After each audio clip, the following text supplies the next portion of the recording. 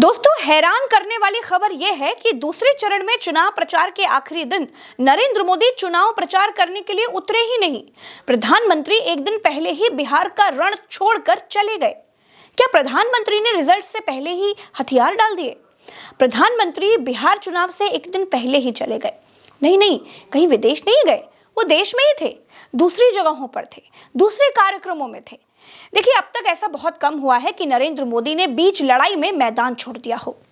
जो नरेंद्र मोदी बंगाल में कोरोना के बीच रैलियां नहीं छोड़ रहे थे, वो बिहार में बीच लड़ाई से ही आउट हो गए। ये बात बहुत सारे लोगों को हजम नहीं हो रही है दोस्तों। देखिए, या तो भाजपा जीत के फुल कॉन्फिडेंस में है कि रैली वैली करने का क्या ही फायदा, जीत तो हम वैसे ही रहे हैं, या फिर उन्हें इस बात का डर है कि इस बार जीत मुश्किल है, तो अब रैली वैली करने का क्या ही फायदा। क्या प्रधानमंत्री के पास बिहार में रील, कट्टा और कनपट्टी के अलावा बताने को कुछ नहीं रह गया? चलिए, प्रधानमंत्री नहीं बता पा रहे हैं, कोई बात नहीं, लेकिन प्रधानमंत्री के संतरी मंत्रियों को भी तो लोगों के यूट्यूबर बन जाने में भाजपा की उपलब्धि नजर आ रही है। आपको याद है ना, 12 रुपए देते थे ना अपना मोबाइल चार्ज कराने के लिए।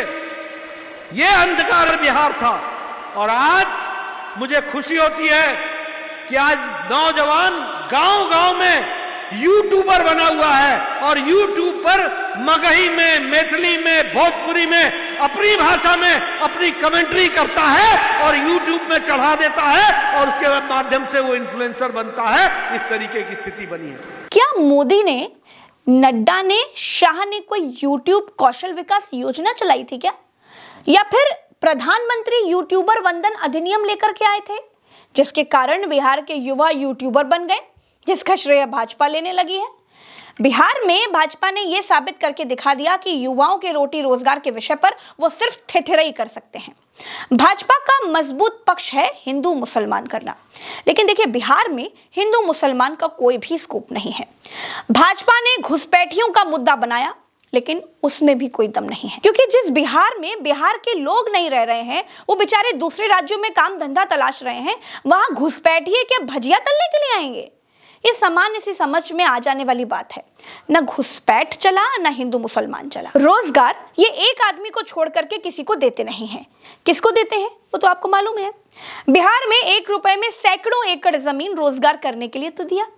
भाजपा बिहार में देखिए बुरी तरह फंस गई, इसीलिए मोदी ने रील बनाने को रोजगार घोषित कर दिया, और उनके लग्गू भग्गू यूट्यूब पर काम करने वाले बिहारी भाइयों को भाजपा राज में रोजगार का लाभार्थी घोषित कर रहे हैं। अब देश में केवल पकौड़ा तलना ही रोजगार नहीं है दोस्तों। भाजपा की नजर में रील बनाना सरकारी नौकरी के बराबर है, और यूट्यूब पर वीडियो अपलोड करना तो कलेक्टर बनने जितना महान काम हो गया है। दोस्तों, बिहार चुनाव प्रचार खत्म हो गया है। शुरू को छोड़ दें तो नीतीश कुमार मोदी से पूरे चुनाव भर अलग ही दिखाई दिए। मोदी अलग ही कट्टा कनपट्टी का गीत गा रहे हैं। इस चुनाव में लोग बीमार नीतीश कुमार को बता रहे थे, लेकिन भाई मानसिक संतुलन किसी और का हिला हुआ दिखाई दे रहा था। पहले चरण में बम्पर वोटिंग ने बदलाव का संकेत दे दिया है। यही कारण है कि दूसरे चरण के पहले ही भाजपा के पैर उखड़ने लगे। आखिरी दिन भी तेजस्वी यादव ने 2 हेलीकॉप्टर बदलकर 16 रैलियां की। समय कम है, आज 16 जनसभा करना है। आज मेरा जन्मदिन भी है।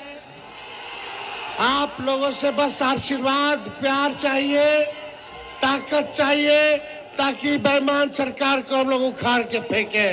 दोस्तों, तेजस्वी यादव ने पहले चरण में 82 रैलियां की और दूसरे चरण में करीब 50 रैलियां। तेजस्वी यादव के बाद नीतीश कुमार ने सबसे ज्यादा रैलियां की। आज की तेजस्वी यादव की रैलियों की एक तस्वीर आपको देखनी चाहिए। तस्वीर आपको इसलिए दिखा रही हूं दोस्तों, क्योंकि गोदी मीडिया को यह दिखाने से मना कर दिया गया है। ये दिनार की तस्वीर है। आप लोगों से बस आशीर्वाद, प्यार चाहिए, ताकत चाहिए, ताकि बेईमान सरकार को हम लोग उखाड़ के फेंके। ये तेजस्वी यादव की रामगढ़ की रैली है। आज रामगढ़ की जनता से तेजस्वी आशीर्वाद लेने आया है, ताकत लेने आया है। ये भीड़ का मंजर रामगढ़ की रैली का है। ये वीडियो डेहरी का है। भीड़ देखिए जरा, और जोश देखिए। ये नवीनगर औरंगाबाद की तस्वीर है। तो चुपचाप ये रफीगंज औरंगाबाद की तस्वीर है। ताकत बदल दो, राज बदल दो। बेईमानों का राज बदल दो। ऐसे ही ओवरा गोहकर्था में भी तेजस्वी की आखिरी दिन धुआंधार रैलियां रहीं। अब बात आती है दोस्तों विश्लेषण की। क्यों मोदी ने आखिरी दिन प्रचार नहीं किया? जब मैंने देश के वरिष्ठ पत्रकार केपी मलिक जी से इसके बारे में पूछा तो उन्होंने क्या जवाब दिया, सुनिए जरा। नहीं, देखिए प्रज्ञा जी, ये तो बात ठीक नहीं है जो आप कह रहे हैं कि भाई आखिरी रैली थी और उसमें नीतीश जी का आना चाहिए। तो सीट बहुत पहले साफ हो चुकी है कि दोनों के राहें जुदा हो चुकी हैं बहुत पहले ही। और ये तो उसी दिन तय हो गया था जब प्रधानमंत्री की पहली रैली हुई थी और पहली रैली में शरीक हुए थे नीतीश कुमार, शायद ये सोच के कि भाई नीचे के लोग बदमाशी कर रहे होंगे, चाणक्य हो सकता है उनका नाम ना उम्मीदवार घोषित करना चाहे और पीएम अपनी रैली में शायद उनका नाम घोषित करें, ये कोई स्ट्रेटजी भारतीय जनता पार्टी की हो, ये सोच के नीतीश कुमार प्रधानमंत्री की रैली में शरीक हुए थे। लेकिन जब उनको ये हुआ कि प्रधानमंत्री ने भी अपनी रैली में उनका नाम नहीं लिया और उन्होंने कहा कि अगला मुख्यमंत्री एनडीए का होगा, तो वो समझ गए कि ये भारतीय जनता पार्टी की एक रणनीति है और इस रणनीति में कहीं ना कहीं मोदी भी शामिल हैं। तो उन्होंने अपना मोर्चा खोल दिया था। अब उसके बाद आप छोटा सा संशय उनको उस दिन भी था कि जिस दिन मैनिफेस्टो जारी होगा शायद उस दिन हो, तो उस दिन भी नहीं हुआ। और उस दिन आपने देखा कि वो जैसे ही ओपनिंग हुई और मैनिफेस्टो जारी हुआ और वो तुरंत निकल के चले गए, सेकंडों में, पूरा मिनट भी नहीं रुके वो। तो ये सारी चीजें जताती हैं कि नीतीश कुमार जी चीजों को समझ चुके हैं और नीतीश कुमार जी अपनी स्ट्रेटजी पे चल रहे हैं। देखिए, हमारे पास जो सूचनाएं हैं प्रज्ञा जी कि नीतीश कुमार भारतीय जनता पार्टी को घेरने के लिए तमाम सामधाम दंडभेद जो वो अपने लेवल पे कर सकते हैं, बिहार सरकार के थ्रू कर सकते हैं, मशीनरी के थ्रू कर सकते हैं, अपने कार्यकर्ता, अपने जो उनके साथी हैं उनके साथ कर सकते हैं, वो कर रहे हैं। लेकिन वो परेशान इस बात को लेके भी है कि भारतीय जनता पार्टी तो उनकी दुश्मन बनी गई है, उनके कुछ अपने भी दुश्मन बन गए हैं जो भारतीय जनता पार्टी के साथ चले गए हैं और दिखाने के लिए इनके साथ हैं।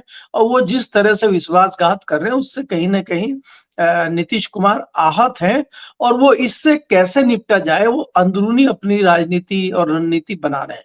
सिर्फ केपी मलिक ही नहीं, बिहार के जमीनी और वरिष्ठ पत्रकार सरोज सिंह से जब मैंने इसके बारे में सवाल पूछे तो उनका भी क्या जवाब रहा वो आपको सुन करके बहुत कुछ समझ में आएगा। जो पहले चरण की वोटिंग हुई बिहार में 121 सीटों पर, वहां से जो जमीन से फीडबैक मिला है पटना मुख्यालय में पार्टियों को, उसमें कहीं ना कहीं ये संकेत है कि भाजपा का परफॉर्मेंस बेहतर नहीं रहा। जो वोट पड़ा है उसमें Janata Dal United no doubt बहुत अच्छा उसने किया, जनता दल यूनाइटेड ने, और तेजस्वी यादव का लालटेन भी जला है बहुत बेहतर तरीके से। भाजपा को जो उम्मीद थी कि हम बेहतर करेंगे पहले फेज से ही, वो उम्मीद पर पूरा हुआ नहीं, उनका सपना टूटा है वहां पर। इसीलिए जो जिस मोराल की डाउन की आप बात कर रहे हैं, 24 घंटे पहले ही नरेंद्र मोदी मैदान छोड़कर भाग गए, दिल्ली चले गए, उनकी आज कोई रैली नहीं है। और भाजपा के जो लोग भी रैली कर रहे हैं उनकी भीड़ और तेजस्वी यादव और महागठबंधन की भीड़, आप फुटेज देख सकते हैं, आपको अंतर साफ साफ दिखेगा। वहां जो हम नहीं कर रहे कि जो भीड़ है वो वोट में बदल जाएगी, लेकिन जो लोग आ रहे हैं उनका जो जुनून है, उनका जो उत्साह है, वो ये बतलाता है कि वो कमिटेड है वोट डालने के लिए। अब 11 को जब वोट होगा उस दिन पता चलेगा कितना कमिटेड थे और किसको उन्होंने वोट किया, क्या रुझान है। लेकिन हमको लगता है प्रज्ञा जी, जो पहले चरण का ट्रेंड सेट हुआ है वही ट्रेंड सेकेंड फेज में भी कंटिन्यू करेगा। और बीजेपी ये कोशिश में है कि अपने तीसरे नंबर के पोजीशन को वो बरकरार रखे, जिसकी पूरी कोशिश वो सेकेंड फेज में करेगी। पहला और दूसरे में कड़ी लड़ाई है जनता दल यूनाइटेड और राष्ट्रीय जनता दल में कि बिहार विधानसभा में पहले नंबर की पार्टी कौन होगी, जनता दल यूनाइटेड होगी या राष्ट्रीय जनता दल होगी। और इन तमाम चीजों में सीमांचल की जो 24 सीटें हैं वो निर्णायक भूमिका निभाने वाली है। तो देखिए दोस्तों, कुल मिलाकर के भाजपा ने ना तो बिहार में कोई काम किया और ना ही चुनाव में अपने काम को वो गिना पाए। भाजपा के दो डिप्टी सीएम सिर्फ नीतीश कुमार के पीछे पीछे चलते हुए दिखाई दिए। भाजपा के डिप्टी सीएम विजय सिन्हा जब अपनी विधानसभा में गए तो वोटरों ने उनका स्वागत चप्पलों और गोबरों से किया। लोगों ने गोबर मारा तो वो अपने बॉडीगार्ड से लोगों को गोली मार देने की अपील करने लगे। जब फायरिंग नहीं कर सकता है तो सर बॉडीगार्ड रहने का क्या औचित्य है? जनता को गोली मारकर शासन करने वाली भाजपा का चेहरा बिहार की जनता ने देख लिया है। कट्टा, तमंचा और कनपटी पर गोली मारने की बातें कौन करता है, ये बिहार की जनता बड़ी अच्छी तरीके से देख रही है। मोदी लालू राज की याद दिलाते रहे, लेकिन उनके अपने लोग मोदी की नाक के नीचे जंगल राज फैलाते रहे। जैसे मोकामा में मोदी के बिहार में रहते हत्या की गई, अमित शाह ने इस हत्या को छुटपुट घटना बता दिया। भाजपा का डिप्टी सीएम अपने बॉडीगार्ड से वोटरों पर गोली चलाने की अपील करता रहा। गोली कौन चला रहा है, ये जनता ने अपनी आंखों से बिहार में देख लिया भाई। शायद इसीलिए नरेंद्र मोदी ने एक दिन पहले ही बिहार का चुनाव प्रचार छोड़ दिया। मेरी बिहार के लोगों से अपील है कि अपने और बिहार के भविष्य के लिए वोट करिए, ना गठबंधन वालों की चिकनी चुपड़ी बातें सुनकर के वोट कीजिए, ना ही एनडीए वालों की जाल में फंसिए। बिहार के लिए कौन अच्छा कर सकता है, अपने खुद के तराजू पर तोलिए और फिर जाकर के वोट कीजिए। बिहार को बदलाव की जरूरत तो है, बिहार भारत से बहुत पीछे है। चलते हैं, फिलहाल के लिए इतना ही। राम राम, दुआ सलाम, जय हिंद।